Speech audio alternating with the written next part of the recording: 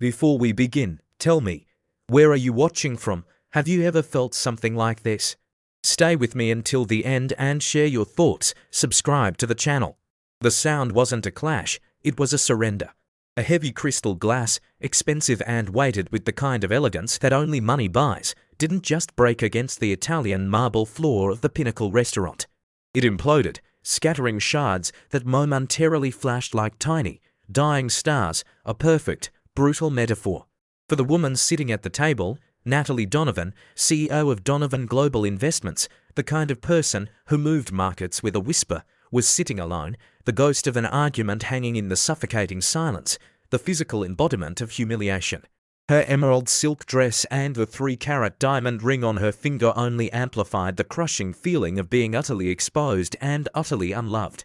She had billions and the power to remake cities, yet the venomous words of her ex-fiancé, Marcus, had just stripped her bare in the most exclusive room in the city.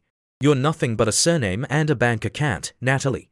Your value is what you own, not who you are," he had spat before slamming the door. The sting wasn't from the public scrutiny she was used to that, but from the crushing truth that she had built an empire to feel secure, only to find the core of her identity was hollow, rejected, and defined solely by her wealth, the marble and crystal, the perfect cityscape view, the soft jazz, everything was a cold, beautiful prison. The world outside the Pinnacle, however, moved to a different, less polished rhythm. Calb Xanders was a high school English teacher, the single parent to a fierce 6-year-old, Lily, and currently navigating a 10-year-old Honda Civic with a broken passenger side window that rattled with every bump. His wealth was measured in stacks of graded papers, unread manuscript drafts he tucked into his old laptop, and the boundless, exhausting love he poured into his daughter. His apartment was modest, smelling perpetually of textbook dust and faint spaghetti sauce, and his greatest anxiety was the looming rent deadline, a heavy, silent anchor that pulled him down. She had a world of cold luxury, he had a world of warm, chaotic necessity. She felt rich, but was poor in connection. He felt poor, but was rich in family. A subtle, unacknowledged sorrow connected them, the profound, isolating pain of not being seen for who they truly were. He was not the success society demanded, and she was not the monster they assumed. The collision of their two contrasting realities was only moments away, initiated by a simple, forgotten gesture of a child and a piece of glass that had to shatter first.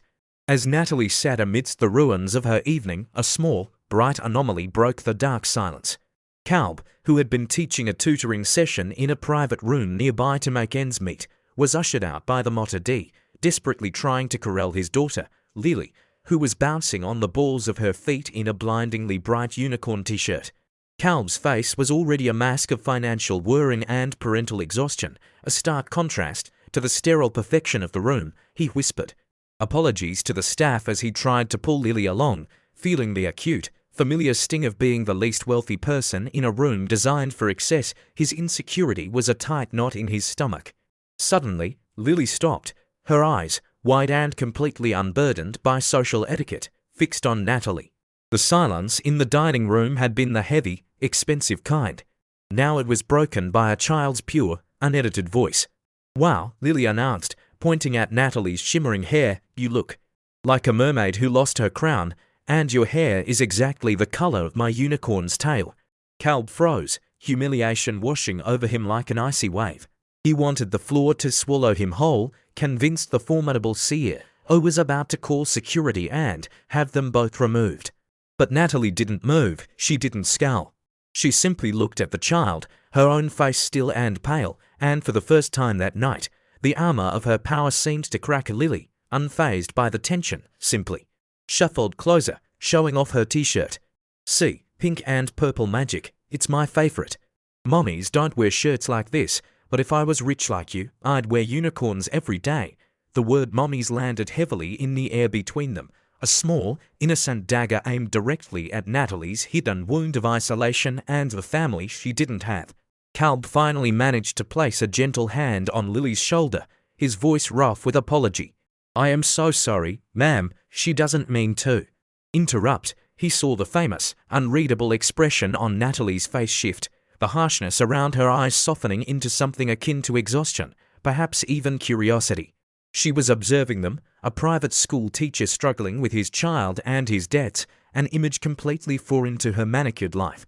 "It's no interruption, mister?" Natalie asked, her voice low and surprisingly steady, devoid of the expected arrogance. She picked up her discarded, untouched cocktail, the shards of glass now just a blurry memory. She wasn't seeing the poor teacher or the unruly child. She was seeing a piece of genuine, unfiltered life. Calb hesitated, reluctantly supplying his name, his internal voice screaming at him not to get involved. At that exact moment, the motard approached, apologizing profusely that the high-end car service Natalie had called had been delayed indefinitely by an unexpected city event. Natalie sighed, the sound heavy with resignation. Calb, seeing the distress and feeling an odd, chivalrous impulse, blurted out the offer before his financial common sense could stop him. "Look, my car is in single quotes elegant, but I can drop you off.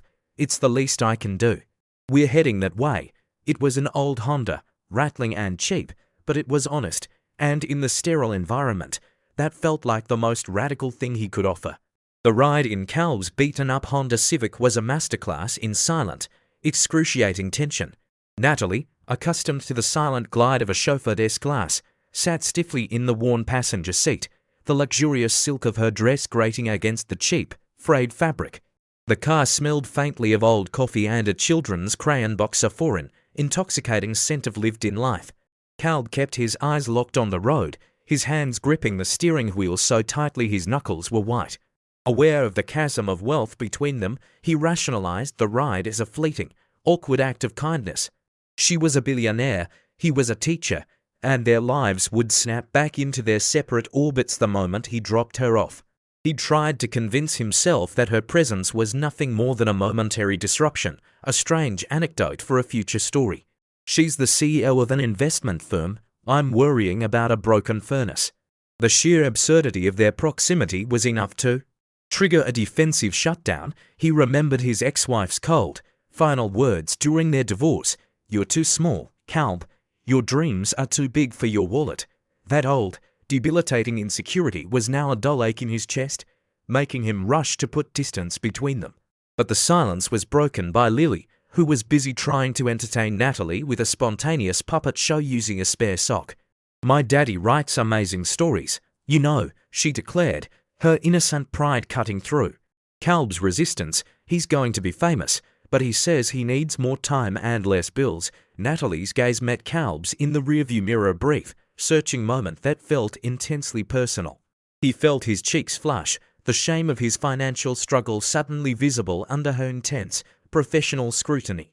At that moment, a song from the car's ancient radio, an unexpected, soulful acoustic track filled the car. It was a song his late mother used to play, a haunting melody about choosing simple life over ambition. The unexpected melody was a powerful trigger, momentarily dissolving the CEO's powerful facade and exposing the vulnerability beneath. Natalie looked out the window at the familiar lights of downtown, and Calb saw a flicker of profound loss cross her face, a fleeting image of the wealthy, guarded woman suddenly becoming a lonely girl. They reached the Archer building, a sleek monument of glass and steel that rose into the night sky like a silent, defiant challenge. It was her home, her fortress. Calb felt the familiar weight of his own small apartment waiting for him, a space defined by necessity, not choice. He pulled up to the curb, ready to bid her a quick, polite farewell and return to his reality. He told himself this was the end of the fairy tale, the inevitable return to class divisions. He was about to apologize again for the state of his car when Natalie spoke, her voice quieter than before. "Wait, you mentioned writing." Her eyes were no longer those of a cold CEO, but of someone genuinely curious, a question mark replacing the period of her power. "You looked distracted back there. Do you have a manuscript?" Calb was momentarily thrown off balance, his private passion suddenly on the table. He reluctantly admitted to his unfinished historical novel, a piece he kept hidden on his laptop, terrified of failure. Natalie smiled, a genuine, unpracticed expression that transformed her entire face, and the effect was devastating. "Well, Mr. Xanders, this has been the most real 30 minutes of my week. And I rarely say that about anything that doesn't involve a 10-figure deal." She paused, the silence stretching taut. How about coffee tomorrow? Bluebird Cafe. Are your working vehicle and a real conversation. It wasn't a request. It was a subtle, unexpected pull, a break in his predictable life he knew he shouldn't, but desperately wanted to, accept. The Bluebird Cafe was worlds away from the pinnacle. It was a local haunt, smelling of burnt sugar and old leather, the kind of place Calb felt naturally comfortable in, and yet, Natalie looked perfectly at home. She wore simple dark jeans and a cashmere sweater, her diamond ring the only hint of her true status. This was the first of many unsettling contradictions. Calb, still wrestling with his internal resistance, started with the polite, safe question, "Why here? You could own the place." Natalie stirred her coffee, her gaze intense. "I wanted to meet you, Calb, not the caricature of the struggling teacher, and not the caricature of the ruthless CEO." She then shifted, leaning forward slightly, the tension in the air thickening. "Tell me about your book." The unexpected directness shattered his defense. He reluctantly pulled out his old laptop, its battered shell a stark contrast to the sleek devices around them. As he nervously described his historical narrative, Natalie listened not with the polite indifference of a wealthy patron, but with the sharp, insightful focus of a natural leader. Her questions weren't about the market or the trend. They were about the emotional core of the characters, the vulnerability, the failure, the sacrifice. This moment, the wealthiest woman in the city engaging with his deepest, most secret dream became the first micro cliffhanger. Was she truly interested? Or was this a new form of corporate game? That night, Natalie accepted an invitation to spaghetti night at Calb's small brownstone apartment. The contrast was palpable.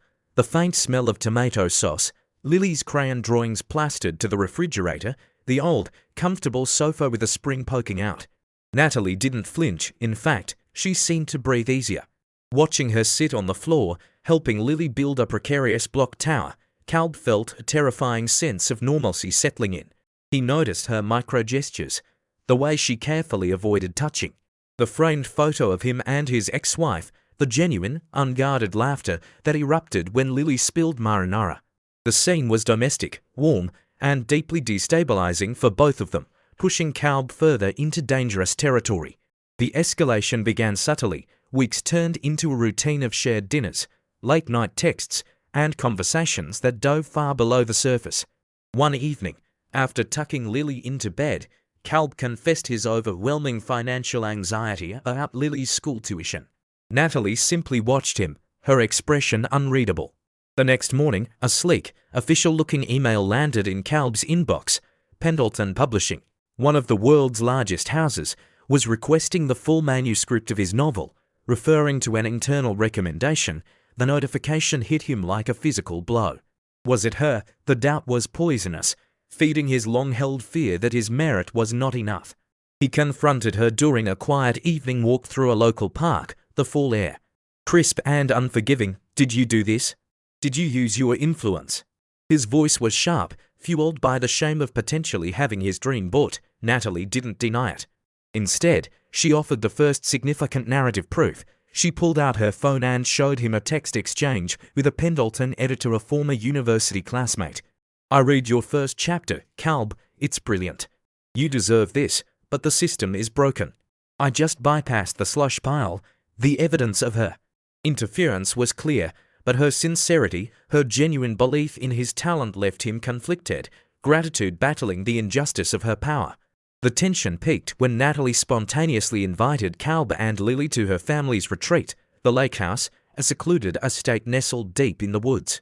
Getting there involved a trip on her private helicopter, a shocking, casual display of the wealth she usually concealed. Calb sat beside Lily, who was utterly delighted, his stomach churning with existential vertigo. The lake house wasn't just luxury. It was a fortress, a symbol of absolute financial freedom and the vast gulf between their lives. He felt exposed, inferior, and deeply misled. That evening, by the fireplace, the truth finally burst forth.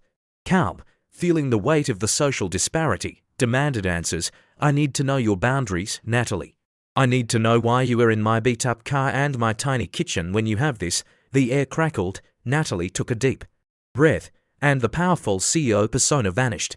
"I am the CEO of Donovan Global Investments. We manage $40 billion. The number hung in the air, heavy and absolute. This was the moment of full, undeniable revelation, the final proof of her hidden identity. Her voice softened, thick with emotion. She explained the motive for her secrecy. Every man I've ever been with, Calb, has wanted one of two things: my money or the thrill of conquering me. I've always been the CEO, the power, never just Natalie. Her eyes were pleading. I needed to know if I could find one person, just one, who wasn't intimidated or motivated by the name or the billions. I needed the spaghetti dinners, the unicorn shirt, the old Honda, to find out if I was truly seen. She confessed that seeing the first chapter of his manuscript on his old laptop at the Archer building had been the final push. She saw his vulnerability mirrored in her own. The investigation was over. The emotional facts were laid bare. The unspoken question was now theirs to answer. Could a teacher in debt love a woman worth $40 billion, simply as a woman? The fireplace cast long, dancing shadows across the lakehouse living room, illuminating the profound silence that followed Natalie's confession. $40 billion, the number was abstract, ridiculous, and impossibly heavy. Calb didn't look at the expensive view or the imported furniture. He looked only at Natalie's eyes, searching for the calculation, the catch, the corporate angle. He saw only vulnerability, the naked fear of rejection that transcended their financial difference. The woman, who had just revealed herself as one of the most powerful CEOs in the world, was terrified he would walk away.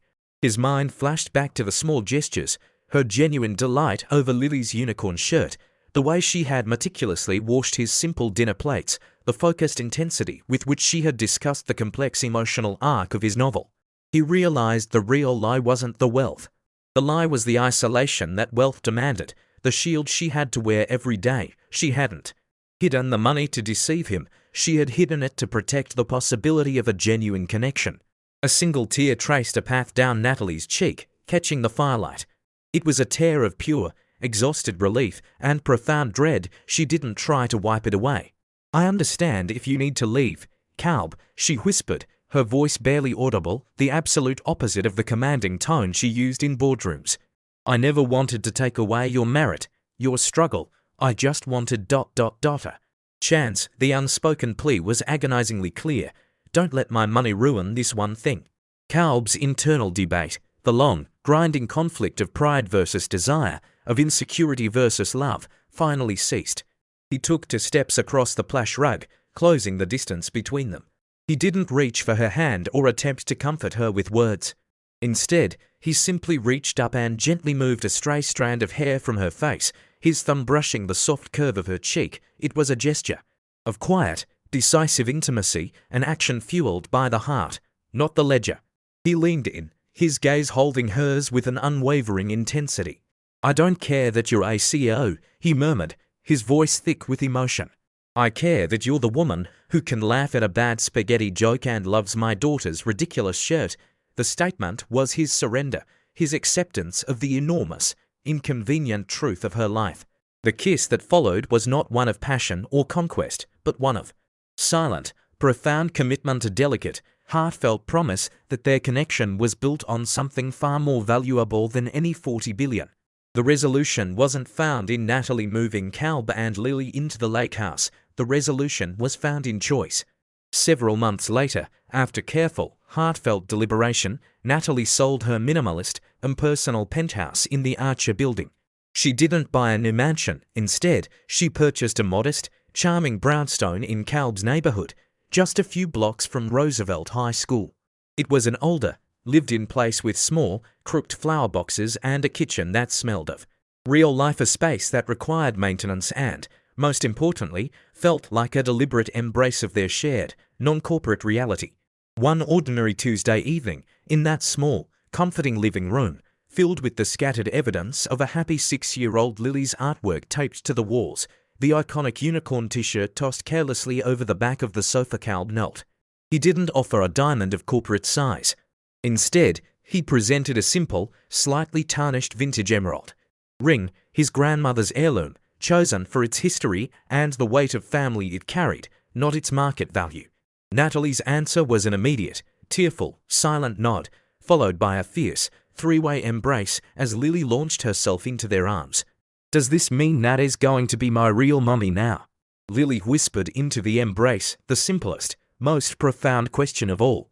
Calb and Natalie exchanged a look of complete, vulnerable devotion, a silent agreement that the answer was yes, it was a new kind of wealth. The narrative concluded 3 years later, the once empty brownstone now bursting with the noise of not only Lily, but also a set of unexpected twins. Natalie, holding her infant son, watched Calb help Lily hang a newly framed piece of art, a vibrant, messy drawing of a unicorn family. The successful writer, now a published novelist, was covered in flour from an attempted family baking session, utterly content. Natalie smiled, the expensive silk replaced by a soft, comfortable sweater, her hair pulled back simply, the emerald ring catching the light. She realized the vastness of the money she managed was irrelevant. She looked at the warm, chaotic life surrounding her, the family she had chosen, and whispered, "This is the richest I have ever been." Calb chose love over money, and Natalie chose family over luxury. What would you have sacrificed for true connection? Share your thoughts below. And if you want to hear more